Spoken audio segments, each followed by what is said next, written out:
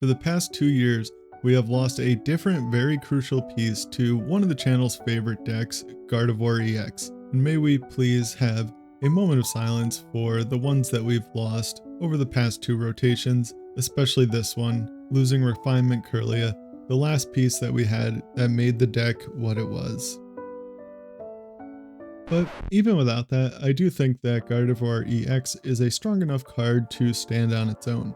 Unfortunately, we're not going to be able to play it exactly how we did before, and instead we're going to have to rely a little bit more on draw supporters to get the cards we need. I've been working on a couple different styles of lists, and I originally thought that we were going to have to cut the whole Munkidori package and just try and make the list more focused on going for a really fast Drifloon.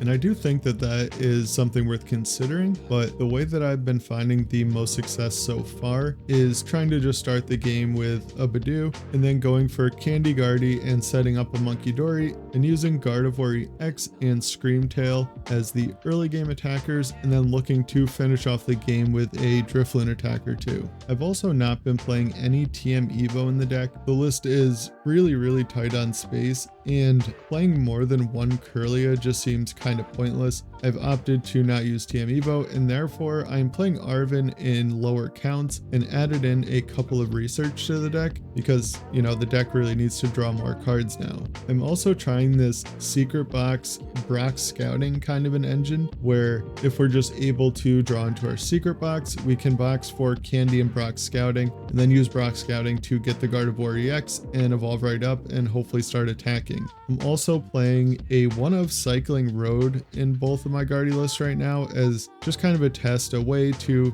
draw an extra card here and there, and it's a nice way to get an extra energy into the discard pile. And the only other new card other than Brock Scouting that I'm playing in both lists is Lillie's Clefairy. I haven't been running into the most Dragapult on the ladder, but I do think that Dragapult is one of the best decks in the format right now. So I have the Lillie's Clefairy in here just so that we can bench it and knock out a Dragapult with our Guardy EX. Because of course, Clefairy's ability is, as long as this Pokemon is in play, all Dragon Pokemon are now weak to Psychic.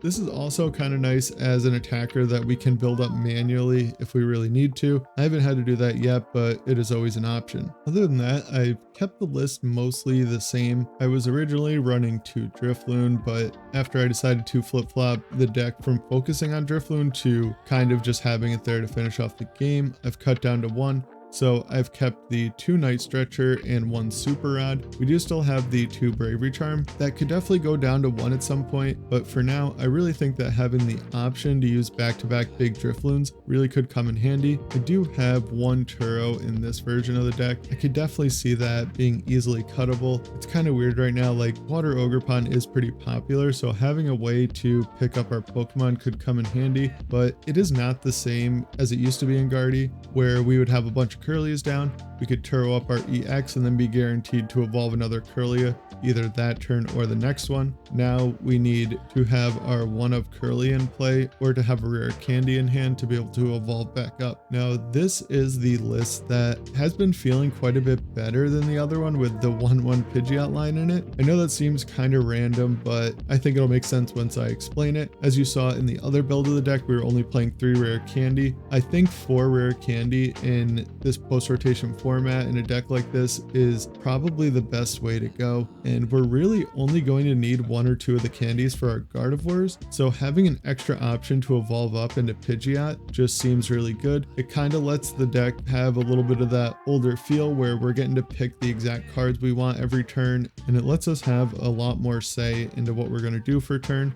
Whereas without it, we'd really only have our Fezandipiti draws and maybe the 1 card that we get off Cycling Road. So have been liking the Pidgeot. I have it as just a 1/1. Like I said, the deck list space is really tight. It's kind of one of those things where if we get it out, that is really awesome. We're probably going to have a good game. And if it's prized or something like that, hopefully just our draw supporters will be able to get us through. And as you can see, I did cut 1 Munkidori and 1 Dark for the Pidgey in this version of the deck. And instead of a Turo, it has a second Nest Ball. That really has nothing to do with the Pidgeot. That's really just kind of a difference that I've been testing. So I want to do one list with the 2 Nest Ball and one list with the Turo. Now that I'm actually talking about it out loud, it would make more sense in this version of the deck to have the Turo and 1 Nest Ball, and for the other version to have 2 Nest Balls, but I'm still trying to figure out exactly how the list is the best. And I know that a lot of people that watch this channel are pretty big fans of Gardevoir, so I just kind of wanted to put out there where I'm at right now. And at some point in the future, I will be posting whatever my final list is with probably more in-depth strategy and stuff like that. But for now, this is where I'm at. I just want to say a huge shout out to the channel members, and I have a game with each list, so let's get into it. So this game is without Pidgeot in the deck, and we are up against Terrabox. My opponent gets a pretty good start. Also, I probably should have benched that Ralts. I kind of blanked on the fact that poison decks were a thing and there's a possibility that I could get donked, so I probably should have done that. My opponent gets a pretty solid start. That's really all that anyone could want from the Terrabox Noctowl kind of decks, is to get a Rotom in play and grab the Hoots and the Noctowls, as long as they do have a way to get a Terra Pokemon. We did top deck the Artazon, which is really nice. It makes my decision a lot less awkward. Just Artazon for Budew and retreat into the Budew and attack with it. I was thinking that this might make it so that they couldn't get the Wellspring Ogerpon second attack off, but apparently I was wrong. They just had it in hand with a Crispin. And of course the Noctowl can grab the Tool. Tools aren't items anymore, so they will be able to attach that. And that is pretty unfortunate. I thought about just conceding the game right here, but that would kind of be pointless. This is going to happen a lot, I think, against Terrabox, and I think that there's definitely still a way that we can get back in the game with all the Ionos in the list, and if we can just like maybe item lock them again next turn and get into an Iono, knock out their only Terra in play, I think we could be in a pretty solid spot. And we also had the Fez in hand, which gave us a chance to get out of the dead hand, which it did. I was originally just going to research this hand, but I decided I don't think I can leave them with a 7-card hand. I'm going to grab Iono, I'm going to grab a Poffin, and I'm just going to get Bravery Charm to throw it at the bottom of the deck. I can also Night Stretcher back the Budew and hopefully get into an energy on the other side of the Iono to buy a little bit of time. I kind of debated the Cycling Road a little bit because that will give them an extra way to draw, but I think it's more important that we have a chance to draw cards than it is that we worry about, you know, them not drawing one extra card. And I do opt to play the counter catcher. That was a bit of a debate what to target. I went with the Hoot because if I brought up Noctowl and they just had a Turo in hand, that would just give them a free Noctowl ability. So I decided to bring up the Hoot. Not 100% sure if that's correct or not, because I don't know if these Terrabox decks are playing a Turo or not, but it ended up working out. Luckily, they only flipped 1 heads on the triple stab. That definitely could have gone terribly wrong.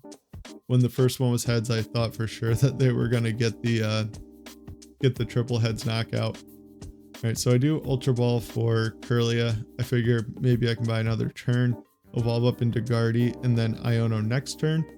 I'm also kind of hoping that they just knock out this Budew. Getting the extra Fez draw could be really, really helpful, but they did not end up doing that, so yeah. Top deck of Vessel is a little unfortunate. I would have really liked to be able to use that card to draw an extra card with Cycling Road and maybe get an attachment to a Munkidori, but it ends up working out. There is 3 Vessel in the deck, so we did have a pretty solid chance to draw into another one. And if I don't get a way to get Munkidori off this, I can just Stretcher for it. I debate here just using Itchy Pollen again right away without the monkey, but I'm going to Stretcher back Munkidori and move the 20 over to the Hoot so that if they don't evolve up the into a Noctowl next turn, there is a chance that I can knock out both their Hoots in play, and that would be pretty devastating to them. But yeah, for now, just going to do the Hoot. It leaves the damage at kind of an awkward number. there could be an argument for me to only move one damage counter over and then hope that I get knocked out so I can draw with Fez, but I think that we need like every little bit of edge that we can get right now, so the Budew does not get knocked out. And I will say there's another really awkward part about Guardy now, is without the Kirlia draw, we're less likely to play as many Turo, so it's a lot harder to clear up the bench. So it is worth noting to be careful about how many basics you put on the bench. Like you'll see in the next video, I almost get punished for it, or I do pretty much get punished for it, but yeah. So I counter catcher up the water ogre pond. I decide to just get that out of play. Hopefully they don't have another Terra to use their Noctowl if they do have it in hand, and it gets the tool out of play. I think if it didn't have the tool on it, I would have just knocked out both their Hoot Hoots, but I decided to go with the Wellspring, seemed like the biggest threat, and hopefully it works out. My opponent benches Teal Mask Ogrepon, and as soon as they bench that, I'm like, oh, I'm pretty sure that we won this game. They're not knocking me out with that, and yeah, they realize that there's no way that they can win, and even though they got the snipe attack off turn 1, we end up being able to win that game with just a combination of Iono and item lock. Kind of felt like old Guardy winning a game that we started off really far behind, which is pretty cool. So this is the version with Pidgeot, of course, and we see a Petrunt in the active, which I'm not really too sure what to expect when I see that, but we started Secret Box in hand, which is pretty nice. So I am able to just grab a Poffin and get a research for next turn. So we can get a pretty solid setup here. When I first saw the Petrunt, I was originally thinking that I thought this was almost definitely going to be kind of a poison donk kind of deck. So I do make a little bit of a mistake here and get 3 Ralts in play. I thought there was no way that this Ralts isn't getting knocked out, so it kind of made sense at the time, but then I see what deck we're actually playing against. I wish I had only got 1 Ralts down. And luckily they didn't have a Budew in deck. Getting a Budew item locked here would have been pretty terrible with Candy Guardy in hand, and having already gotten rid of a Candy would have been kind of terrible. I Artazon for the Budew first to increase the odds that I get into an energy off of the research, and I know Budew is definitely the card that I want. So yeah, of course we draw basically only energy cards. Like there's pretty low odds of that happening, and I guess, you know, crazy things happen.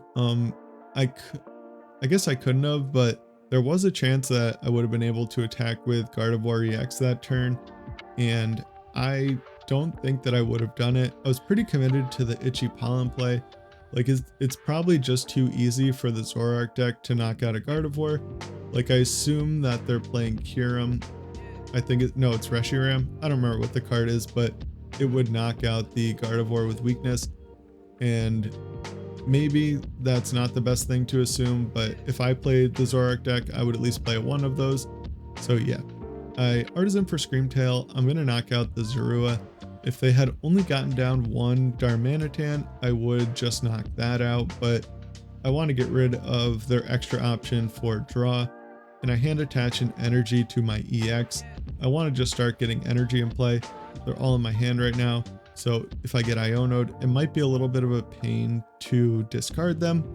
So I definitely want that on the Gardevoir. Of course, my opponent here can just Artazon for a replacement Zorua. Unfortunately, we didn't really have a way to get that out of play, or I definitely would have. And they're going to start drawing cards. I expect that probably my Screamtail and my Pidgey are going to get sniped this turn. That's at least what I'm assuming. They also hit me with the Unfair Stamp. Not gonna lie, I definitely didn't expect that. I was kind of tilted when I first saw it, and then I drew into Research Iono. I was like, oh, all right, that's fine. So they hit me with Unfair Stamp into Iono. Not gonna lie, that's pretty annoying. I had such a good hand off of the Unfair Stamp that this was a little disappointing. Here, I'm just debating sending up my Gardevoir just to get some damage on the board so that maybe I can start using Munkidori. But with this hand, I'm going to have to Ultra Ball for a Fezandipiti anyway, so I'm not getting a Munkidori on the bench. So there's really no point in sending up Gardevoir right now. I'm just going to Vessel probably twice, I think, and get basically the rest of the energy out of my deck, and then Ultra Ball for Fez. And then I'll also have the other Ultra Ball in hand to possibly get a Pidgeot out. As you can see, it is in the deck, and once the Pidgeot is out, this deck kind of starts flowing a lot better. Not gonna lie though, drawing into research sometimes is pretty awkward with this deck, but I mean, it's a small price to pay to draw cards and maybe get into Candy Pidgeot or whatever. I just thin a Gardevoir EX out of the deck. I am playing 3 of them, so it's worth it to get rid of one. We still have the backup Guardy, and if they knock out, you know, 2 more Guardies, we're going to be in a pretty tough spot anyway. There I was just debating what to quick search for, and I do decide to go for an Iono. It looks like, I wish I went back through the deck. Kind of looked like I was down both of my counter catchers, which would be pretty unfortunate. Maybe there was one in the deck, I don't really know. Yeah, and then I just Itchy Pollen. There's really no point in like knocking this Zorua out with a Guardy EX. That would just be not a very good thing to do.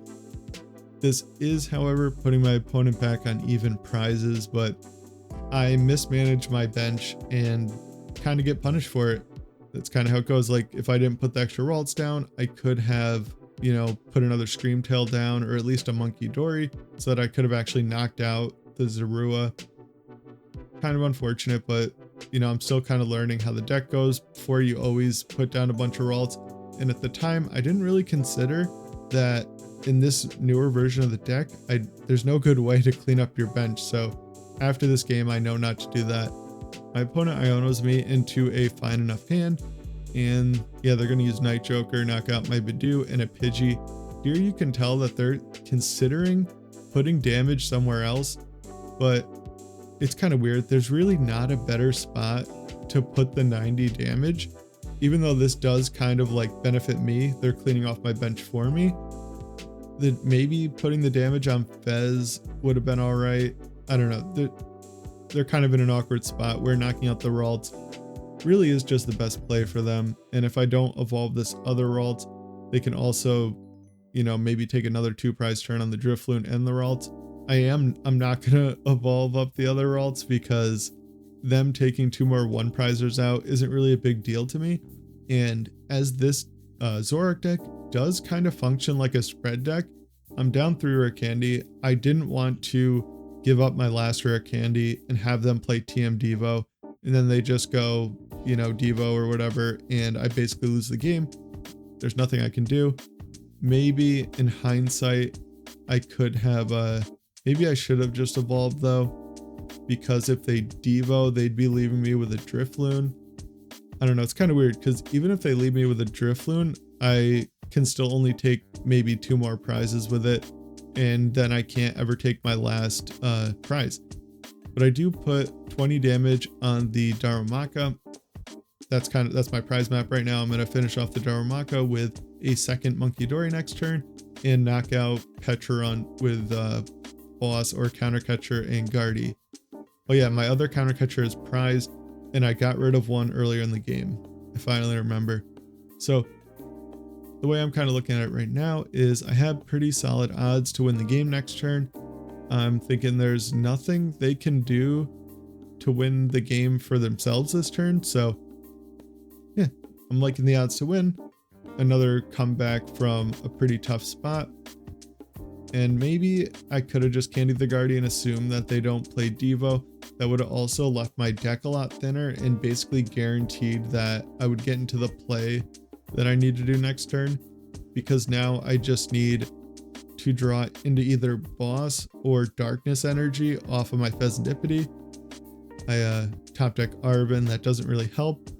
I Nest Ball to see what's in the deck, and because I know that my Boss is at the bottom of the deck, I think I might have messed this up though, because there's a chance that I would have been guaranteed to draw Dark Energy if I hadn't shuffled my deck, and I didn't even take the Screamtail out of the deck. So yeah, I don't know. The reason I didn't take it out of the deck is because it has 90 HP, and that's like a free last prize for them on the bench. And if I whiff this turn, I want to try and make it as hard as possible for them to take their last prize. And yeah, just burn the Nest Ball, and now I'm going to Cycling Road, 25% chance, or 50% chance actually, to hit what I need, and I whiff it. And I do spend quite a bit of time here trying to figure out what to do.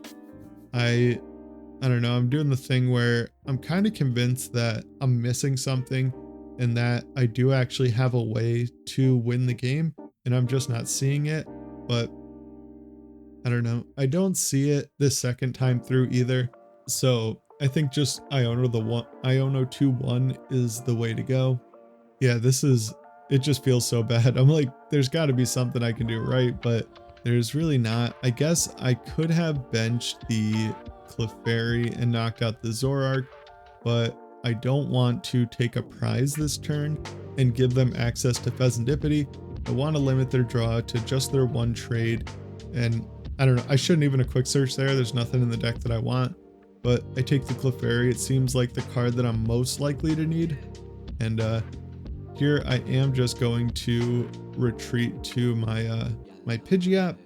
I think there is a chance that attaching that second energy was also a mistake to the Munkidori, I mean, because now if they just draw into boss off of their trade and they boss up the Fez, I also just lose the game.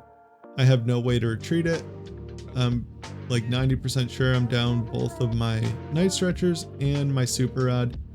So yeah, the reason that I did attach it is because at first I thought that I could get the Darmanitan up to enough damage where even if they evolved it, that I would still be able to knock it out with Munkidori pings, but that is not the case. The Darumaka, or what, maybe I've been mixing up the names the whole time, but the evolution has 140 and I can only put that Pokemon to 130 damage, so attaching the second energy was pointless. I should have just held on to it. And my opponent gets the Nest Ball off Arven, and I'm pretty sure that there is no way for them to win here, so I'm just kind of thinking, cool, as long as they don't evolve that Pokemon, I win. They bench Blood Moon and can't retreat into it. I think they might have, I don't know, I'm not really sure why they got it. Maybe just so they only need boss on Fez to win the game. But yeah, now I can just Munkidori, ping down the Darumaka, and boss up the Petron and win the game. So yeah, that's how Guardy's been going lately. I think I've won almost every game so far that I've played it, and if I've lost any games with it, I'm pretty sure it was only one. Obviously it doesn't feel as strong as before.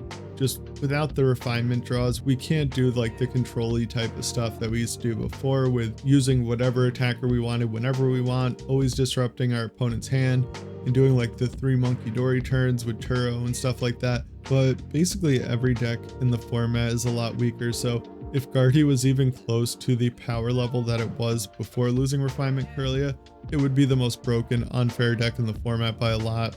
And now it's just kind of equal in power level probably with the other decks. I am leaning towards liking the Pidgeot version better. Pidgeot is a really good card, and it gives the deck a little bit of that feel of the old Gardevoir. Just getting to do exactly what you want every turn is really nice, so I've been preferring that way so far. Let me know in the comments, what deck have you guys been liking so far? Have you tried any different versions of Guardy yet? And thanks for watching. If you like this video, I am sure you'll like this one here, and like or dislike, comment, and subscribe. Take care and have a good one.